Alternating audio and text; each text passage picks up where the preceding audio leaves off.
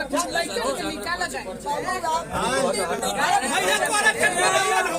बात कर लेने दो, क्यों ऐसे करते हो आप लोग, बताइए। माई बाप के हमनी का रक्षा रखे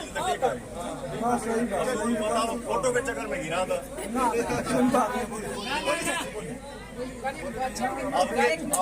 आपके चाचा से कहानी है कि ये लोग कहा था कि पवन सिंह हीरो हमें जीत के आप बम्बई चल जाइए, बम्बई का करे जाइए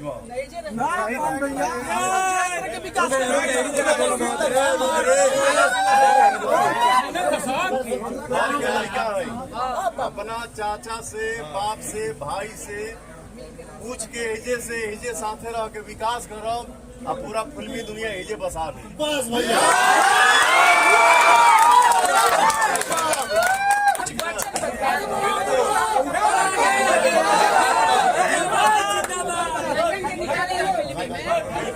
निकाले